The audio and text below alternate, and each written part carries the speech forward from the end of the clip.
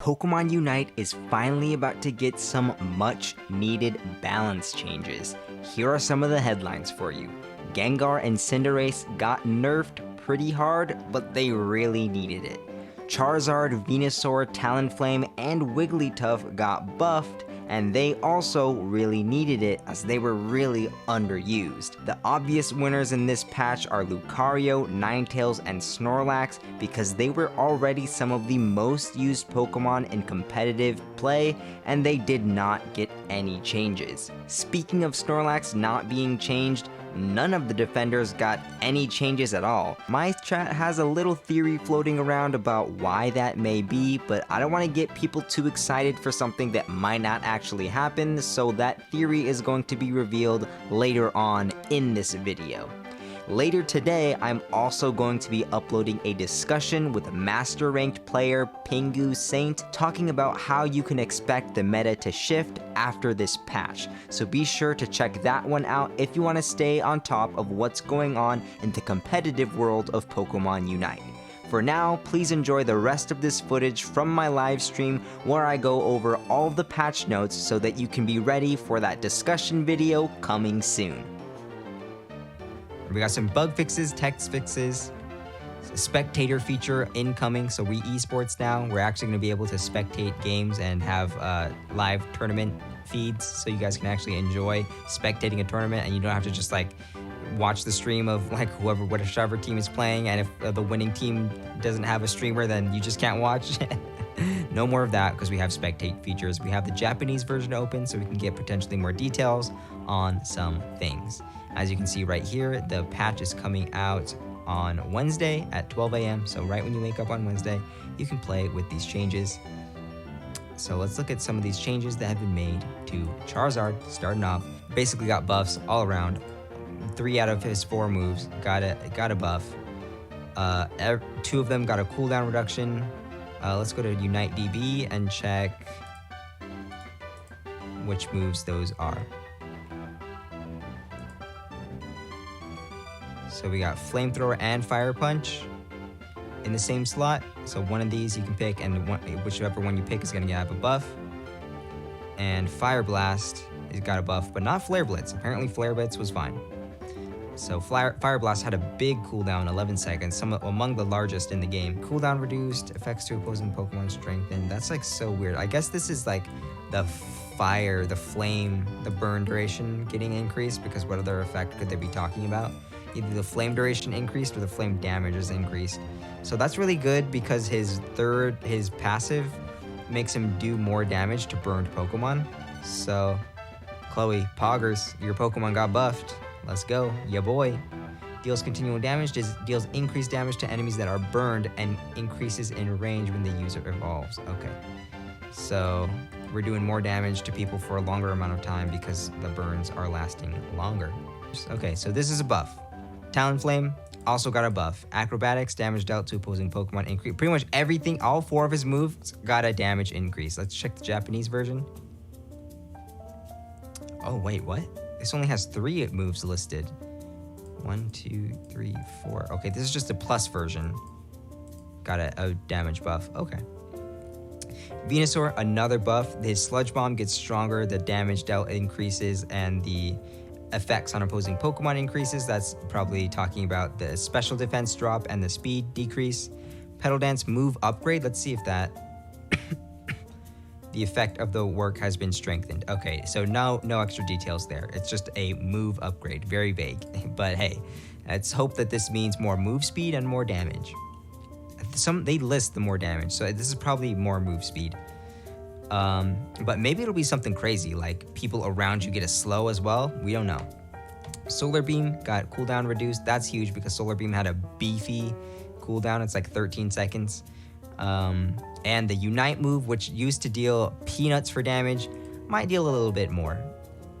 You used to have to rely on having your Overgrowth passive to make Venusaur actually do anything.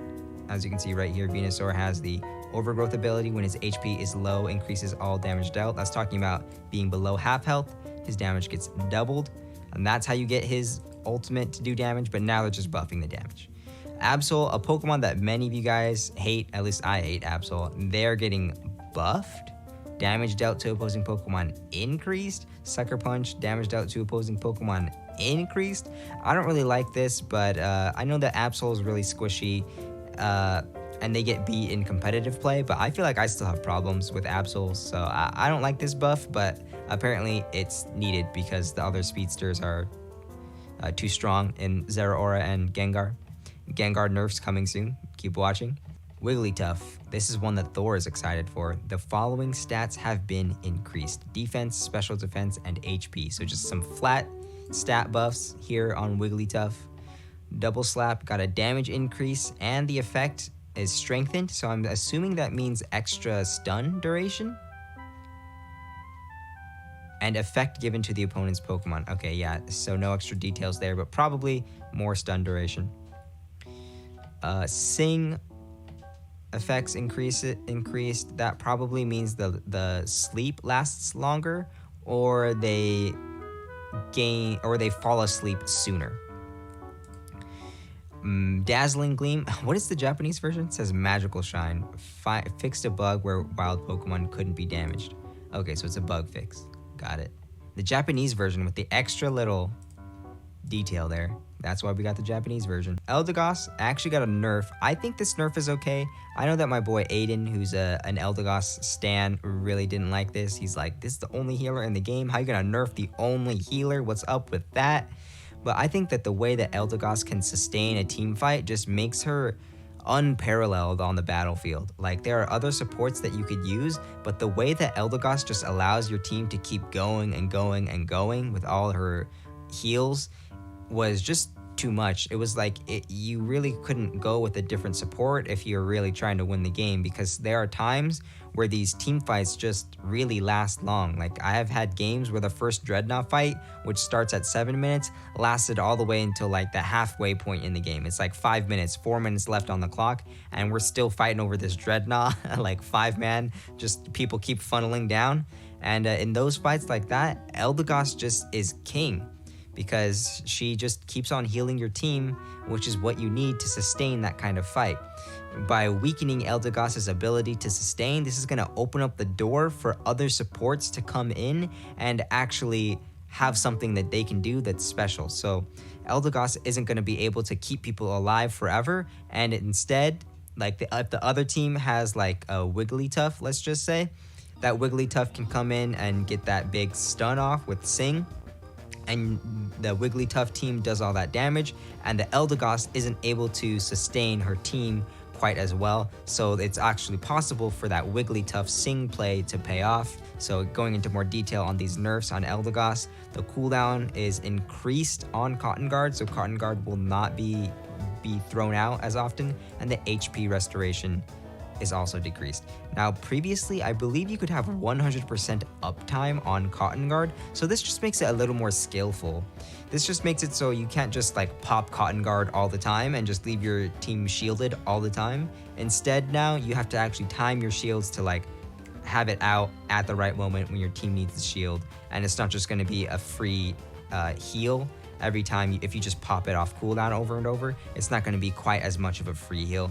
Cotton Spore getting a buff because no one uses it. I think still no one will use it, but Cotton Spore cooldown reduced, effects increased, special defense increase is strengthened. Let's just look at Cotton Spore.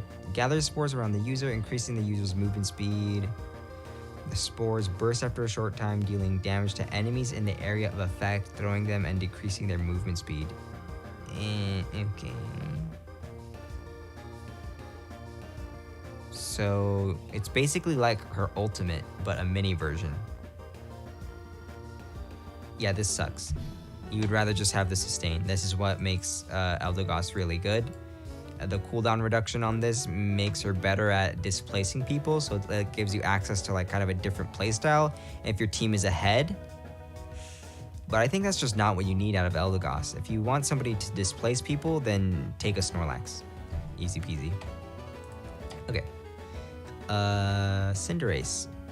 This is the big one. This one really needed a nerf. This Pokemon was completely taking over the game. Every single team composition included Cinderace if they wanted if they wanted to win, and now that will no longer be the case because it's just a straight up flat debuff to every single thing that Cinderace does. If you guys don't know, Cinderace, everything in Cinderace's kit does physical damage. So by reducing the attack stat, you reduce every single bit of damage that Cinderace does. It's yet to be seen how much the decrease is and how big of a nerf this is, so we'll have to see. But damage is everything on a character like Cinderace. What allows Cinderace to pop off so hard is the damage output that Cinderace represents. So Cinderace is really a squishy Pokemon, but by outputting so much damage, it's okay for Cinderace to be so squishy. So this might be a huge nerf to Cinderace, depending on how much the attack reduction really is.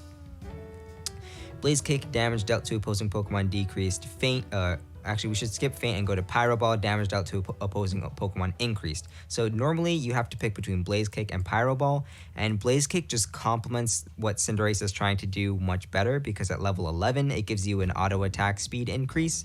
So it was like really a no-brainer to choose Blaze Kick every single time, but with this damage reduction you're no longer going to be able to just nuke down a single target as easily with the Blaze Kick, and in some situations you might rather pick Pyro Ball now to just do burst damage on a group of enemies. Now I don't think that doing burst damage to a group of enemies with your normal moves is Cinderace's job. You really just want a Pokemon like Pikachu, Cramorant, or maybe Alolan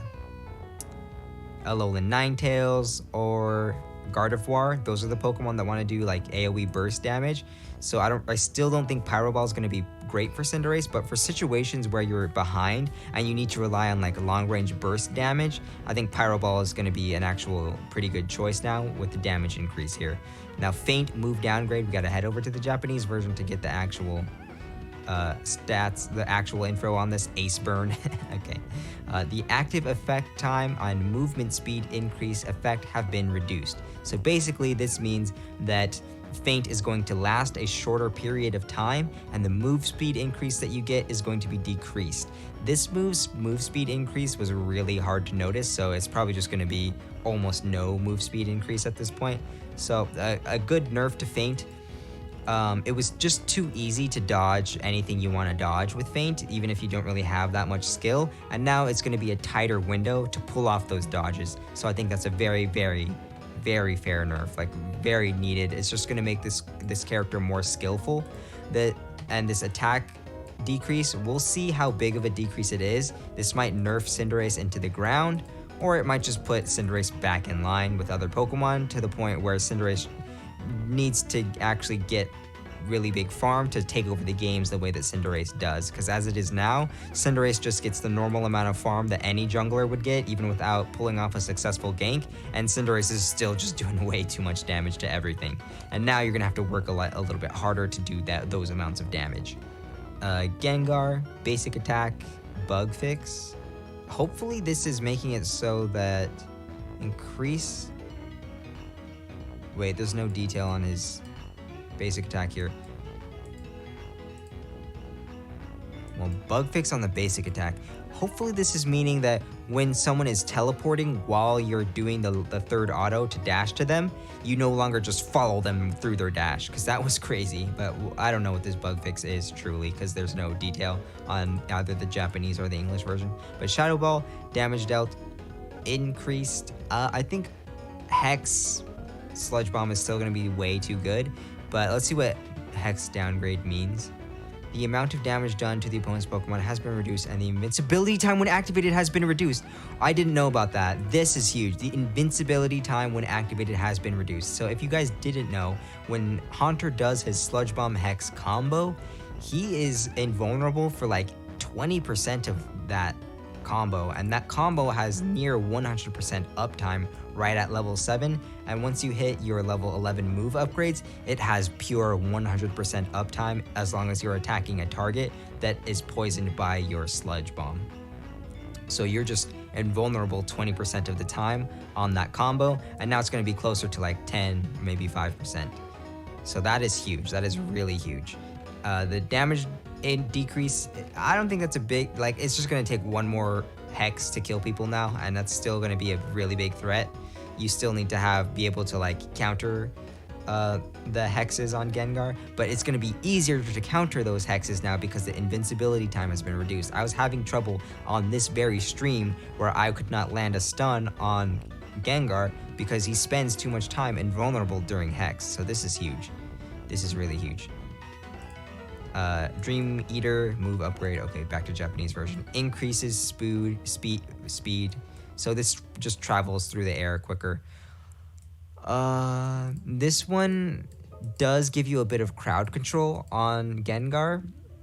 I don't really think that's what Gengar's for still, but maybe for like being more of a single target assassin. It's just that Hex just still allows you to be an assassin and allows you to be an assassin on like 2, 3, up to 4, maybe even 5 people all at once. So like I think that Hex Sludge Bomb is still going to be the move. But it's interesting that they're making this stronger, so maybe there's room for like a support Gengar, but lane Gengar is really weak. So, you know, we'll have to do some more science. We'll see. Maybe my big EXP share Gengar, it's finally time now that Dream Pile has been buffed. Okay, Zeraora, bug fixes, wild charge. Wait, I thought Zeraora didn't get nerfed, but he actually did. Nothing happened to his ult. Got decreased damage. Oh, that's huge. Okay, Zeraora was doing way too much damage with his ult. Wild Charge, damage dealt to opposing Pokemon increased. Now, this is a buff, but I think it's okay because Wild Charge was just never the move that anyone picked ever. I think that Discharge being left the way it is not, like, we're not going to pick Wild Charge. Like, Discharge is still just too good, but I think Wild Charge is now more usable if you want to follow a Pokemon that just dashes away too much, maybe. Because Wild Charge allows you to stick to them while they dash away. Cooldown reduced. Okay, that could mean a lot there. But the way that Discharge just allows you to do a ton of damage to a group is just insanity. And they did not change that. So that means it's still going to be the way it is. That is unfortunate. But at least the Unite move got debuffed. So that's good. Cramorant Whirlpool dealt to opposing Pokemon decreased. Okay, that's good. Whirlpool was doing way too much in the early game. Dive, damage dealt to opposing Pokemon increased. Okay, I like that. Dive was really not being used for its damage. I'll actually show you guys right now. Unite Frontier is where you guys gotta be. If you guys wanna have the info. Cramorant. After playing many games with Dive/Air/ Cram, I feel like it's best played as considered a poke sustained mage, with Air Slash being the poke and Dive being used more for repositioning than the damage it deals. And now they're buffing the damage that Dive does. So maybe Fletcha's opinion will change on this. Fletcha, by the way, the #1 player of all bird type Pokemon. Machamp got some bug fixes. Okay. Cross Chop, damage dealt to opposing Pokemon decreased. Close Combat, damage dealt to opposing Pokemon increased. So let's see. Those are probably moves that you have to pick between, so they're just trying to get people to try Close Combat over Cross Chop. But I think the dash that Cross Chop gives you is just too useful. Yeah, so it's Cross Chop or Close Combat, and unleash a series of punches in the designated direction. Dealing increased damage with the last punch, the user can move while using this move and becomes immune to hindrances. Wait, immune to hindrances, that's kind of cool. Okay, so maybe people will use this now that it does more damage, because you can still move while using this. Cross Chop is just a better instant dash, deals increased damage to enemies that are afflicted by a status condition. Oh, snaps, this is like Hex status right here. This is like a good combo with the now nerfed Gengar. Whoops. Lucario, Power Up Punch. Got a bug fix, okay. Bone Rush, oh, bug. Okay, so the rest is just bug fixes. Got it. Let's see what, if there are any details on the bug fixes. Fixed a bug where the attack increased by the effect of Power Punch was also reflected in the normal attack after activation.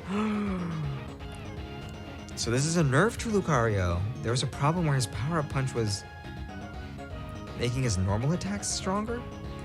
Wait, isn't it supposed to do something like that? Isn't it supposed to make him stronger? I thought that's what Power Punch does. That's what it does in the game. The next basic attack becomes a boosted attack if the move hits. The move's cooldown is reduced. Okay. So its attack slowly increases while you're charging up the punch.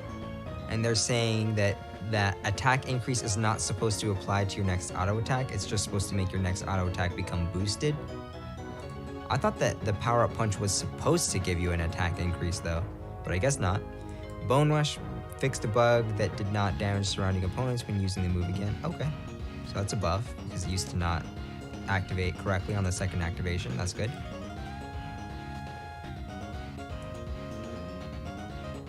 Oh, no details on Greninja or Alolan Ninetales bug fixes though.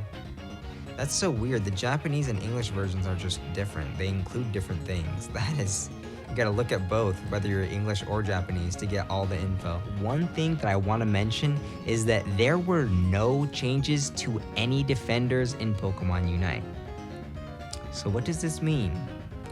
Could this mean that we're getting a new defender?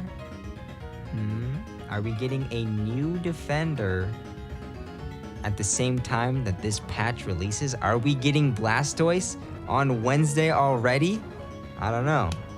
It could happen. I don't want to get anybody too hyped. That's why I waited until the end here to say that. But I mean, hey, if you're here absorbing all the information all the way to the end, then maybe you want to hear my little sprinkle of spice right there, that there could be a Blastoise coming next patch. Who knows? All right, everybody. Thanks for hanging out. Thanks for tuning in. I'll see you in the next one. Peace.